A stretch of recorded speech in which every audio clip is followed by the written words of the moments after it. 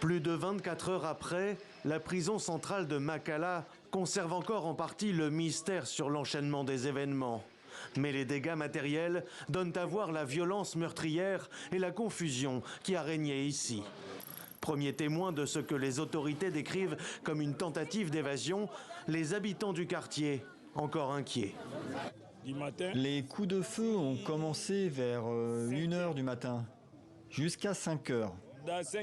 Entre 3h et 5h, ils s'entretuaient. On entendait des détonations de grenades.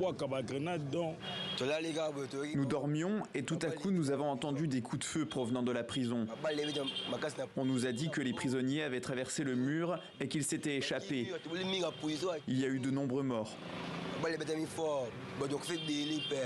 Témoin de cette nuit-là aussi, ces vidéos qui circulent sur les réseaux sociaux.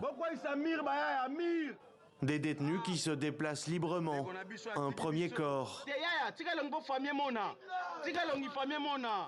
Des blessés, puis d'autres corps sans vie, encore par dizaines.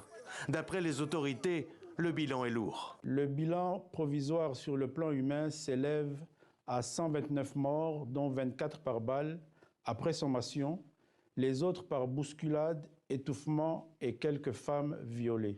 D'après le ministre, la situation est désormais sous contrôle. Il annonce que des enquêtes sont en cours et que les transferts vers le centre pénitentiaire sont suspendus jusqu'à nouvel ordre. Mais aucune information n'a filtré sur d'éventuels détenus en fuite. Dans le quartier de la prison bouclé par la police, on réclame des mesures rapides. Nous voulons que les autorités déplacent la prison car elle est trop proche de la population.